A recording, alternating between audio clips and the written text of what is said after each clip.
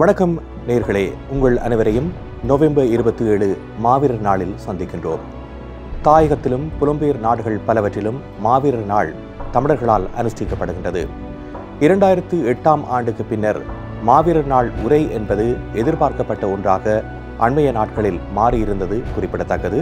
தமிழ் உணர்வாளர்கள் பலரினாலும் தெரிவிக்கப்பட்ட இந்த கருத்துக்களுக்கு அமைய விடுதலை புலிகளுடைய தலைவர் வேலுப்பிள்ளை பிரபாகரன் அவர்களுடைய மகள் துவாரகா அவர்கள் அரசியலில் ஈடுபட இருப்பதாகவும் அவருடைய அடுத்த பயணம் ஆரம்பிக்கின்ற ஒரு நாளாகவும் இந்த மாவீரர் நாள் அமையும் என்று ஏற்கனவே கூறப்பட்ட நிலையில் உலகவாழ் தமிழ் மக்கள் பலரும் இதனை எதிர்பார்த்து காத்திருந்தார்கள்.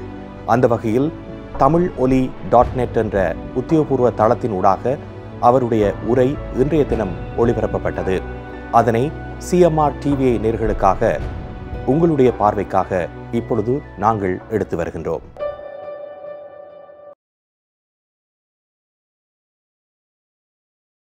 எனது அன்புக்கும் மதிப்புக்கும் உரிய தமிழீழ மக்களே, இன்று மாவீரர் நாள்.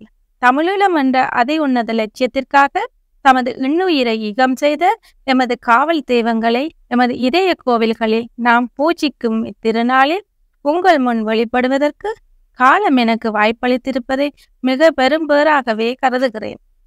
இப்படி ஒரு சந்தர்ப்பம் எனது வாழ்நாளில் ஏற்படும் என்று நான் நினைத்திருக்கவில்லை. எத்தனையோ ஆபத்துக்கள், நெருக்கடிகள், சவால்கள், துரோகங்களை கடந்தே இன்று உங்கள் முன் நான் வழிபடுகின்றேன். அதேபோல இன்று ஒரு நாள் தமிழீழ தாயகம் திரும்பி அங்கு எமது மக்களோடு கூட இருந்து அவர்களுக்கான பணி செய்வதற்கு காலம் வாய்ப்பளிக்கும் என்ற அசையாத நம்பிக்கை எனக்குண்டு. எனது அன்பார்ந்த மக்களே, முழு உலகமுமே வியப்படையும் வகையில் களமுனைகளில் சாதனை படைத்தவர்கள் எமது மாவீரர்கள். தனித்து நின்று எம்மோடு போர் புரிய திராணியற்ற சிங்கள அரசு சக்தி வாய்ந்த நாடுகளை தன் பக்கம் வளைத்தது. தோல்வியின் விளிம்பில் நின்ற தருணங்களிலெல்லாம் அந்நிய சக்திகளிடமும் சக்தி வாய்ந்த நாடுகளிடமும் மன்றியிட்டு ஜாசகம் புரிந்தது. எமது தேச சுதந்திர இயக்கத்தின் மீது உலகில் பல நாடுகள் தடைகள் விதிக்கப்பட்டு எமது வளங்கள் முடக்கப்பட்டது. தமிழீழ தாயகத்திற்கான விநியோக பாதைகள் மூடப்பட்டன. சிங்கள படை இயந்திரத்தை எமது தேச சுதந்திர இயக்கம் பலவீனப்படுத்திய ஒவ்வொரு சந்தர்ப்பங்களிலும் சக்தி வாய்ந்த நாடுகள் தலையிட்டு சிங்கள படை இயந்திரத்திற்கு உயிர் பூட்டின.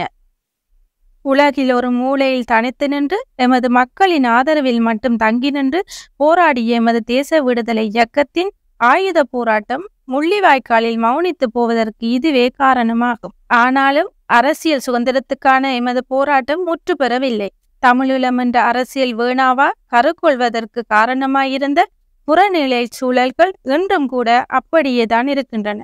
தமது தாயக பூமியில் தமது கலாச்சார பண்பாட்டு விளிமியங்களையோ தத்தமது சமய வாழ்வையோ தமது மொழி பாதுகாப்பையோ பேணி பாதுகாக்க முடியாத அளவிற்கு பண்பாட்டு சீர்கேடுகளை ஊக்குவித்து கல்வி வேலைவாய்ப்புகளில் பாகுபாடுகளை மேற்கொள்வதோடு சிங்கள பௌத்த மயப்படுத்தல் நடவடிக்கைகளை சிங்கள அரசு முழுமூச்சுடன் முன்னெடுத்து வருகிறது.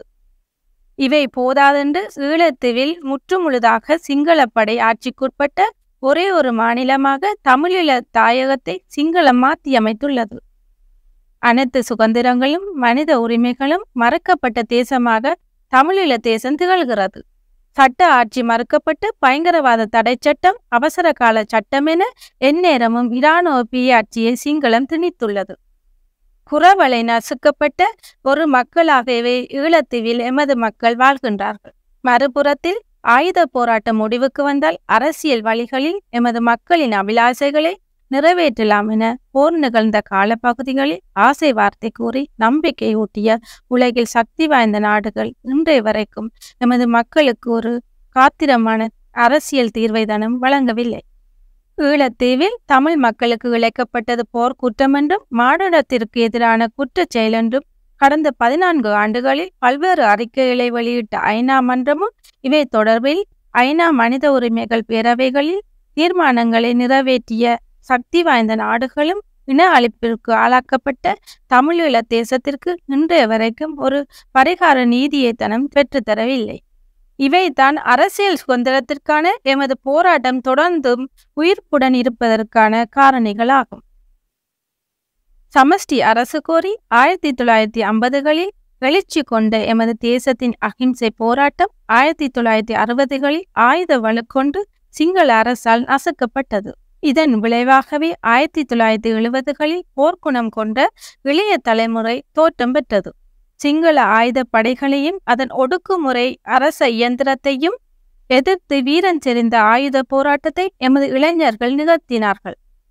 எமது தேசிய தலைவரும் எனது தந்தையுமாகிய மேதகு வேலுப்பிள்ளை பிரபாகரன் அவர்களின் வழிநடத்தலில் ஆயிரமாய் அணிதிரண்ட எமது இளைஞர்களும் யுவதிகளும் ஈழத்தமிழினம் வேறு கொண்ட மண்டியிடாத வேங்கை இனம் என்பதை நிறுவினார்கள். இந்த நிலையை உருவாக்கி தந்தவர்கள் தமிழீழ விடுதலை போரின் தங்கள் இன்னுயிரை ஈகம் செய்த மாவீரர்களே. மாவீரர்கள் என்றும் காலத்தால் அழியாதவர்கள். அந்த மகத்தான உன்னதமானவர்களை என்றும் எம் மனக்கோவிலில் வைத்து பூஜிப்போம். எமது ஆயுத போராட்டம் முடிவுக்கு வந்திருந்தாலும் எமது சுதந்திரத்துக்கான எமது அரசியல் அபிலாசைகளை வென்றெடுப்பதற்கான அரசியல் போராட்டம் உயிர்ப்போடு இருப்பதற்கு எமது தாயகத்திலும் புலம்பெயர் தேசங்களிலும் எமது மக்களும் அரசியல் தலைவர்களும் எமது தேச விடுதலை இயக்கத்தின் பணிபுரிந்த போராளிகளும் செயற்பாட்டாளர்களுமே காரணம் என்பேன். சுதந்திரத்திற்கான போராட்டம் முனைப்புடன் தொடர்ந்து மேற்கொள்ளப்பட்டு வருகிறது. இவ்வாறான ஜதார்த்த சூழமைவில் மக்கள் என்றும் புலிகள் என்றும் ஈழத்தமிழர்களை வேறுபடுத்தி பார்ப்பது அர்த்தமற்றது. மக்களே புலிகளாகவும் புலிகளே மக்களாகவும் விளங்கும் ஜதார்த்தம் எமது போராட்டத்தின் பரிமாணமாகும். ஆனாலும் எமது அரசியல் போராட்டத்தை மேலும் வினைத்திறனுடன் முன்னெடுத்து எமது அரசியல் உரிமைகளை வென்றெடுக்க வேண்டியவர்களாக நாங்கள் இருக்கின்றோம். கட்சி பேதங்கள் அமைப்புகளுக்கு இடையே நிலவும் வேறுபாடுகளை கடந்து தமிழீழ தேசத்தின் அரசியல் அபிலாசைகளை வென்றெடுப்பதற்காகவும் இன அழிப்பிற்கு ஆளாக்கப்பட்ட எமது உறவுகளுக்கு நீதி கிட்டுவதற்காகவும் ஒற்றுமையோடும் வினைத்திறனோடும் பயணிக்க வேண்டிய கடப்பாடு தாயகத்திலும் புலம்பெயர் தேசங்களிலும் வாழும் ஒவ்வொரு ஈழத்தமிழர்களுக்கும் உண்டு. கருத்து வேறுபாடுகள் எமக்கிடையே நிலவலாம். ஆனாலும் வேற்றுமையிலும் ஒற்றுமை என்பதே தேசத்தின் அரசியல் உரிமைகள் என்று வரும்போது ஒரே கோட்டின் கீழ் பயணிக்க வேண்டியவர்களாக நாம் எல்லோரும் இருக்கின்றோம். அதே நேரத்தில் தாயகத்தின் வறுமை கோட்டின் கீழ் வாழும் எமது மக்களினதும் கடந்த காலங்களில் தம்மையை அர்ப்பணித்து போராடிய முன்னாள் போராளிகளினதும் வாழ்வாதாரத்தை கட்டியெழுப்பி அவர்களின் பெருமிய வாழ்வை மேம்படுத்த வேண்டிய கடப்பாட்டை கொண்டவர்களாக எமது தேசத்தின் வளங்கொண்ட தரப்பினர் இருக்கின்றார். குறிப்பாக இதற்கான பொறுப்பு புலம்பெயர் தேசங்களில் வாழும் ஈழத்தமிழர்களுக்கு உண்டு. வறுமை கோட்டின் கீழ் வாழும் எம்மின உறவுகள் அனைவரையும் பொறுப்பேற்று உதவி புரிந்தால் அந்நியர்களிடம் எமது தேசம் கையேந்தி நிற்கும் நிலை ஏற்படாது.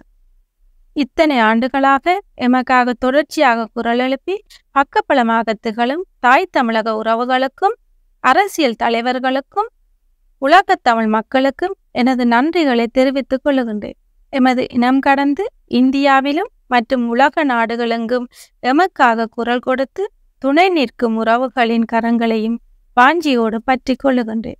தமிழீழ தேசத்திற்கு பக்கபலமாக திகழும் தாய் தமிழக உறவுகளும் உலகத் தமிழர்களும் எமது மக்களுக்கு உறுதுணையாக நின்று எமது மக்கள் தமது உரிமைகளை வென்றெடுப்பதற்காக தொடர்ந்தும் நீங்கள் குரல் கொடுப்பீர்கள் என்று எனக்கு அசையாத நம்பிக்கை உண்டு. எனது அன்பார்ந்த மக்களே, நாம் வரைத்து கொண்ட லட்சியமும் இதற்காக எமது மாவீரர்கள் கொடுத்த விலையும் எமது தேசம் புரிந்த ஈகங்களும் சந்தித்த இழப்புகளும் அளப்பரியவை. இவை ஒரு நாளும் வீண் போகாது. நெருக்கடி மிகுந்த காலங்களிலெல்லாம் எமக்கு தூண்களாக நின்றவர்கள் எமது மக்களாகிய நீங்களே.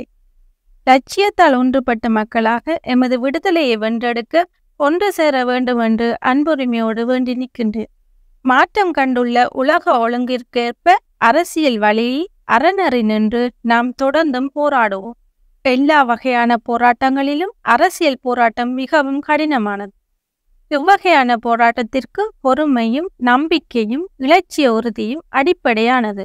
இதனை நான் புரிந்து கொள்ளாமல் இல்லை. தமிழீழ தனியரசே எமது தேசத்தின் இறைமையையும் தன்னாட்சி உரிமையையும் உறுதி செய்யும் என்பது எனது அசையாத நம்பிக்கை.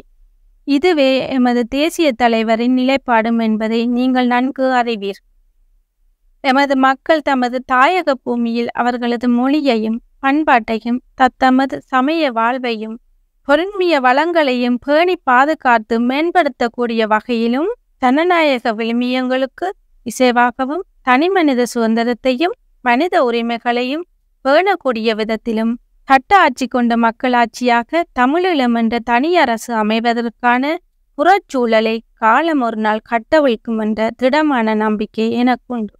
அதே நேரத்தில் தமிழீழ தாயகத்தில் தன்னாட்சி உரிமையின் அடிப்படையில் ஒரு தேசமாக தமிழீழ மக்கள் வாழ்வதற்கு வழிசமைக்கக்கூடிய வகையில் உலகம் முன்வைக்கக்கூடிய அரசியல் தீர்வுகளை பரிசீலித்து பார்ப்பதற்கு எமது தேசம் தயாராக இருக்க வேண்டும் என்பதை நான் உணராமல் இல்லை. சிங்கள மக்களுக்கு இந்நேரத்தில் ஒரு விடயத்தை கூறிக்கொள்ள விரும்புகின்றேன்.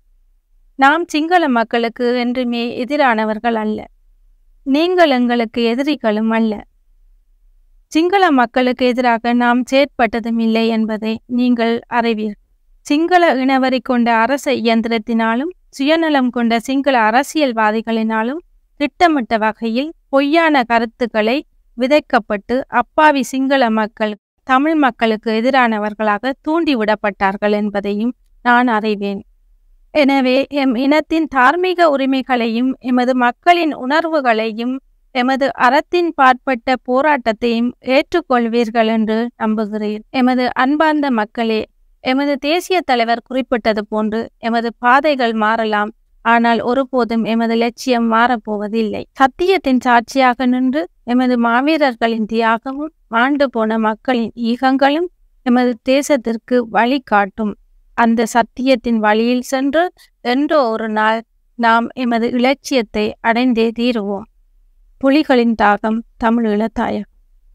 CMR யூடியூப் சேனலில் இணைந்திருக்கும் நேர்கள் அனைவருக்கும் எமது நன்றி. காமெண்ட்ஸ் பகுதியில் உங்கள் கருத்துக்களை தெரிவிக்க தவறாதீர்கள். முக்கிய செய்திகள், காணொளி தொகுப்புகள், நேர்காணல் என பலதரப்பட்ட அம்சங்களையும் உங்களுக்காக தருகின்றது CMR யூடியூப் சேனல். CMR என்று சர்ச் செய்து எமது யூடியூப் சேனலை சப்ஸ்கிரைப் பண்ணுங்கள். உங்கள் உற்றார் உறவினர் நண்பர்களோடும் இந்த காணொளி தொகுப்புகளை பகிர்ந்து கொள்ளுங்கள். அருகில் இருக்கின்ற முக்கிய காணொளி தொகுப்புகளையும் தவறவிடாமல் பாருங்கள்.